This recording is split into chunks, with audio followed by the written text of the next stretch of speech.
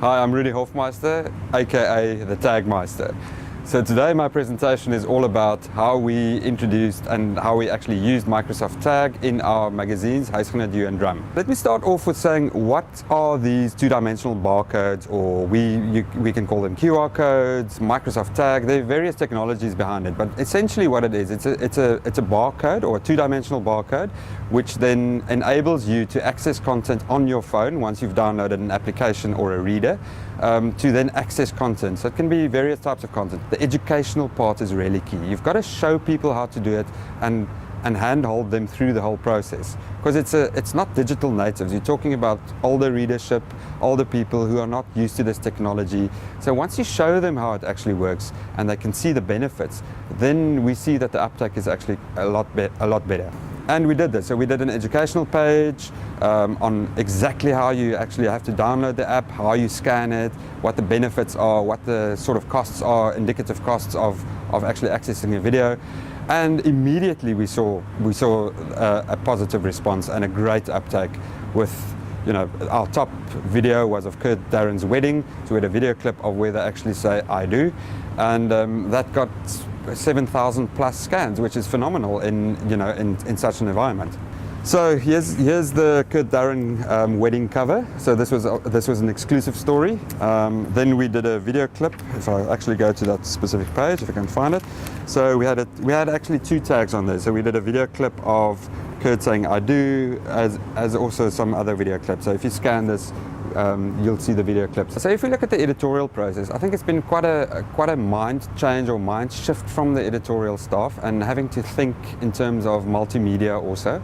And I think the process really starts in the newsroom with the news editor, when the briefs come in, when they brief the stories and the articles. I think that's where the planning process starts, in saying that let's think of this article and how we can be clever in actually saying, right, we also want a video shot of that, or a video interview, or something that's additional to the article. Then subsequently our editorial people, either the photographer or the actual journalist, needs to then also be at the interview, needs to then do the multimedia content. Once the articles come in, the multimedia content also comes in that's associated with that tag. With the assistance of our great team at TouchLab, we've got a great multimedia team. They assist us in actually doing the editing, sometimes also go out if it's a really big story. They also assist us in doing the video production and actually doing the shoots on location. The web editor then makes the specific tag.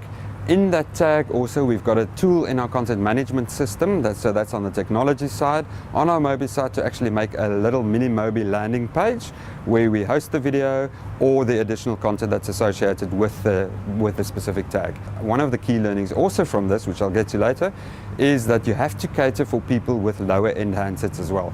So we convert the videos to 3GP, which is a format that's compressed for normal handsets, not just smartphones, as well as catering for streaming through YouTube on smartphones. You have to incentivize the reader. So you have to give him either, the best incentive obviously is great content, but you can also incentivize them through things like competitions and prizes that they can win through this.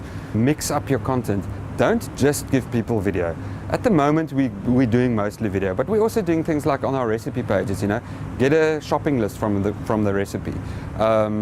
We're doing things like including forms on there, so you can actually take a form and use it as an entry mechanism for a competition.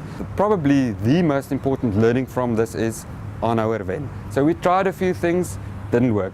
We tried some other things, we changed our strategy, and worked a little bit better, but we changed a little bit more, and now we see that it is actually working.